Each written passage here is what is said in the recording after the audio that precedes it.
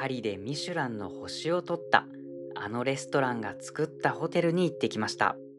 皆さんこんにちは。ヤロ旅チャンネルです。今回向かったのは長野県のザ・平松軽井沢三代田。食事が主役の宿、オーベルジュです。パリで日本人のオーナーシェフとして初めてミシュランの星を取ったのがこの平松なんです。東京駅から北陸新幹線に乗れば軽井沢までなんと60分ちょっと。思ったよりずっと近いんですよね。今回の宿があるのは浅間山のふもと、三代田町。軽井沢駅からはしなの鉄道でたったの3駅です。軽井沢は賑やかで楽しい街ですよね。でもここは驚くほど静か。しかも標高960メートルで軽井沢駅より20メートルも高いんです。この宿のお湯は隣の上田市にある大塩温泉、武田信玄の隠し湯と言われている温泉なんです。それでは早速行ってみましょう。ホテルの敷地に入っただけで落ち着きます。もうここから静かなんですよね。あ、これはミシュランキーが飾ってあります。レストランの星のホテル版ですね。2025年に2つ目のキーがついたのは全国でたった4軒で、この宿はそのうちの1軒なんです。それにしてもこの広さ、贅沢ですよね。そして外を見てみると、窓の向こうはテラスになっていて椅子まで置いてあるんです。ここに座るだけで空気の違いがわかりますね。これが敷地の全体図です。今回はビラスイートに泊まりました。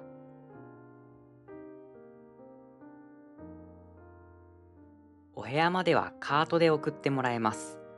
歩いても2、3分ほどなんですが、とにかく敷地が広いんですよね。6万平米の森に建物が点々と散らばっています。お願いすればいつでも来ていただけるので、とてもありがたかったです。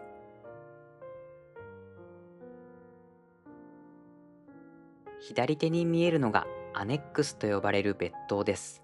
ここは後でゆっくりお邪魔しますね。その隣にあるのが焚き火ラウンジです。その奥の大きなテント。夕方になるとここに火が入ります。楽しみは後にとっておきます。聞こえてくるのは鳥の声と風の音くらいでした。そしてここが森の散策路の入り口です。ビラの前をぐるりと一周できる道になっていて、翌朝ここを歩いてみることにしました。カートに揺られながら森の奥へ進んでいきます。移動しているだけなのにもう旅が始まっている気がしました。さあ、いよいよです。今回のお部屋が見えてきました。こちらが今回泊まったビラスイートです。森の中に平屋がポツンと立っています。ビラは全部で9棟ありますが、どれも少し離れて建てられています。お隣が気にならないのは嬉しいところです。それでは失礼します。わ、広い。玄関の時点でもうゆとりがありますよね。入ってすぐのところに洗濯乾燥機がありました。連泊の時や旅の後半にはこれが地味にありがたいんですよね。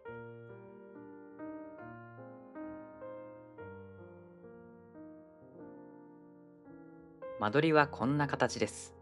正面がリビングでその左右に寝室が一つずつ。そして右の寝室の奥が温泉のお風呂です。それではお邪魔します。天井が高くて窓の外まで一続きに見えますね。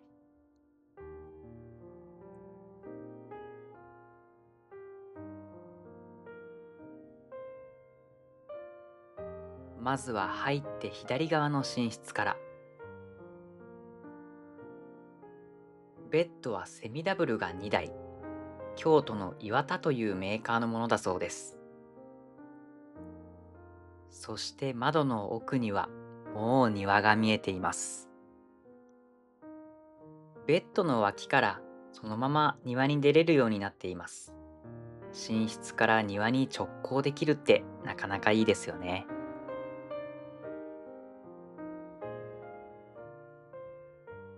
振り返るとこちらが洗面台です。その奥にはシャワールームもあります。見上げると結構な天井の高さでした。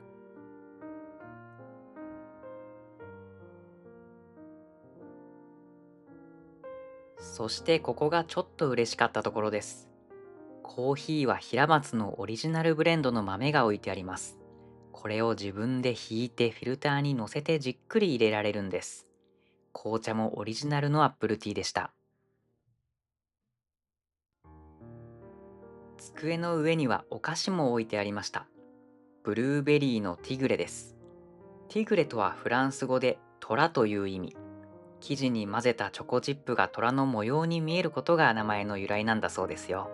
こういうところがやっぱりレストランの宿ですね。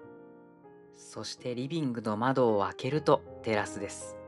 椅子とテーブルが置いてあって、ここでコーヒーを飲めます。目の前は森で、人の気配が全くありません。この静けさがこの宿の一番の贅沢かもしれません。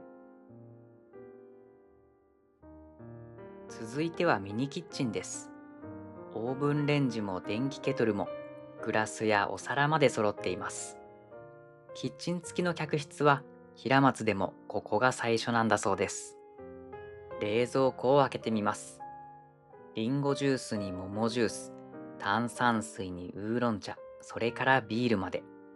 しかもここにあるもの全部無料なんです。リンゴと桃のジュースはいかにも新酒らしいですよね。これだけ揃っていれば買い出しに出る必要もありません。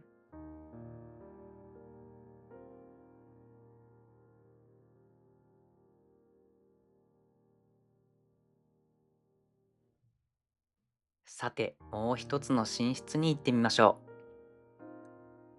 こちらが右側の寝室です。間取りは左とほぼ同じで、ここにもセミダブルが2台あります。4人で泊まってもそれぞれゆっくり眠れますね。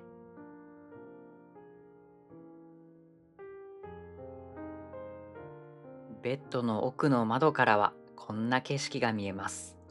朝、カーテンを開けるのがちょっと楽しみになる眺めでした。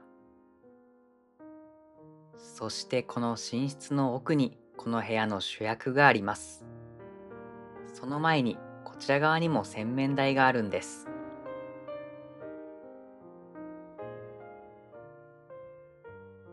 さっきの洗面台とは別にもう一つ。こちらもボールが2つで水回りが2セット用意されてるんです。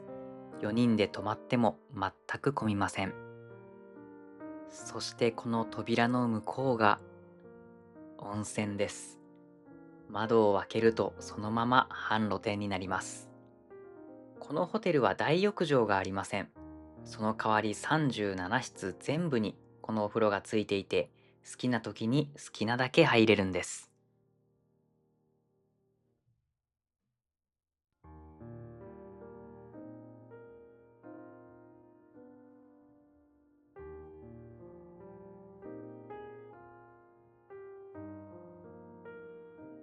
今度はテラスに出てみます。正面には椅子が並んでいて、ここに座ると森が丸ごと目の前です。そして右手に回ると庭が広がっています。芝生がきれいに手入れされていて、ここ全部この部屋だけのお庭なんです。ここでのんびりしているだけで一日終わってしまいそうでした。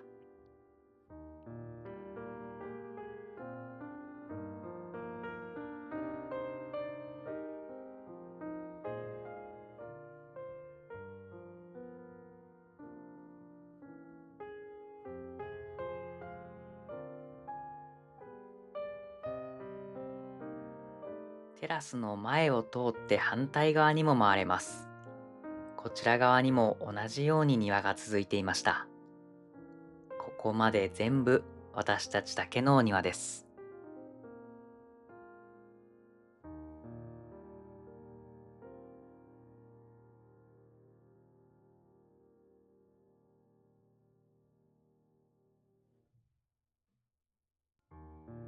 日が傾いてきたので焚き火ラウンジに行ってみます。日が入るのは5月から9月は夕方5時からです。予約もいらないのでフラッと行くだけで大丈夫。あ、見えてきました。木の間からもう炎が揺れているのがわかります。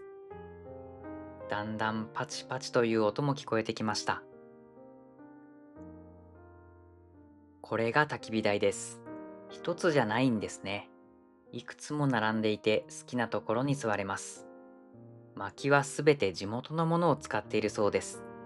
椅子には肘掛けまでついているものもありました。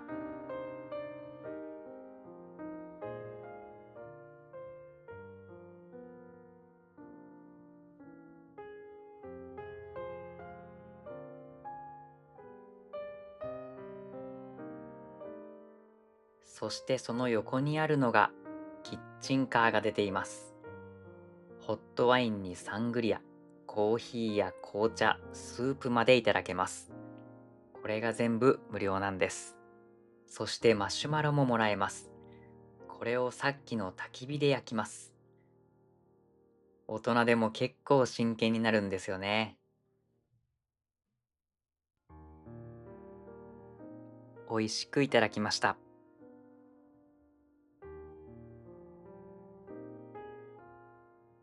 そして焚き火の奥にあるのがこの大きなテントです。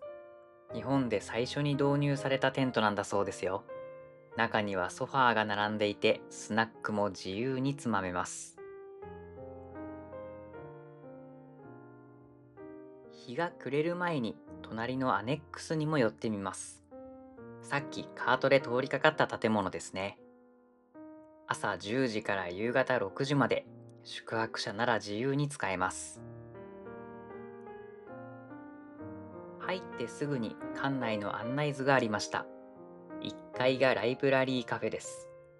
本棚には三代田や浅間山にまつわる本が並んでいます。縄文土器の本まであるんですが、実は三代田町、国の重要文化財になっている縄文土器が出た町なんですよ。こちらはサウンドエリアです。レコードをかけて音楽を聴けるようになっています。そしてこちら側はカフェエリアです。デロンギのコーヒーマシンが置いてあって、コーヒーも紅茶も緑茶もここで自由に飲むことができます。本を一冊持ってきたら何時間でもいられそうでした。静かで時間の流れ方が変わります。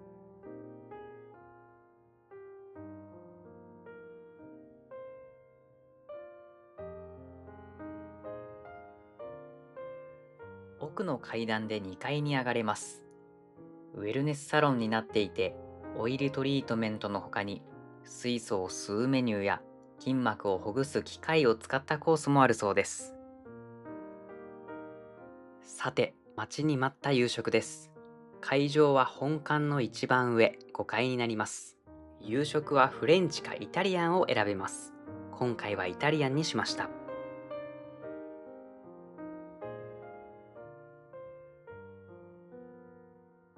お席はこんな感じです。窓際のゆったりした席でした。テラスの向こうは一面の森です。まだ明るい時間だったので山まではっきり見えました。一皿目はお蕎麦です。イタリアンなのにいきなり蕎麦が出てきました。パルミジャーナと信州のキノコを合わせてあります。続いてはパテヤンクルートです。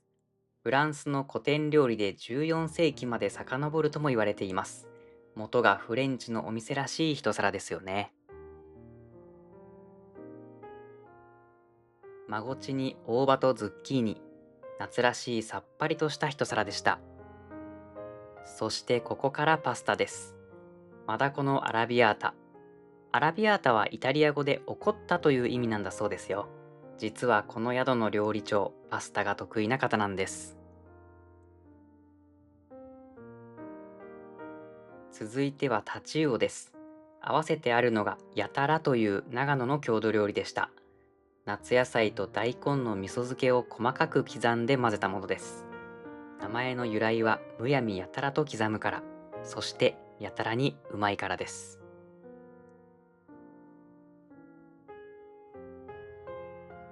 メインは鳩でした。合わせるのは黒ニンニクと自家製のお味噌です。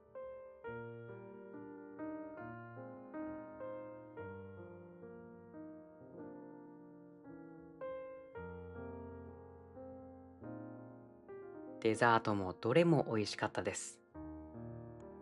こちらは桃とバジル。この桃最高でした。最後はチョコレートを自分で切り分けるお菓子でした。食べ終わる頃には外はすっかり暗くなっていました。ごちそうさまでした。翌朝です。昨日見つけた森の散策路を歩いてみることにしました。それでは入っていきます。朝の森は空気がひんやりしていて気持ちいいんですよね。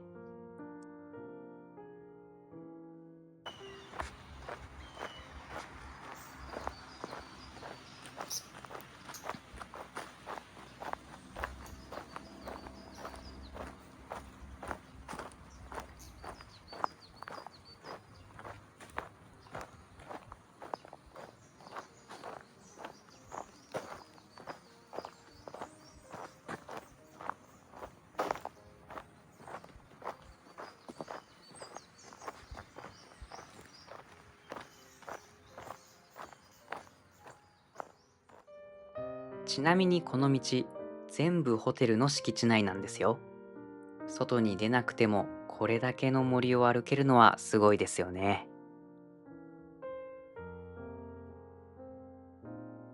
聞こえるのは鳥の声と自分の足音ぐらい。標高960メートルの朝は夏でも涼しいんです。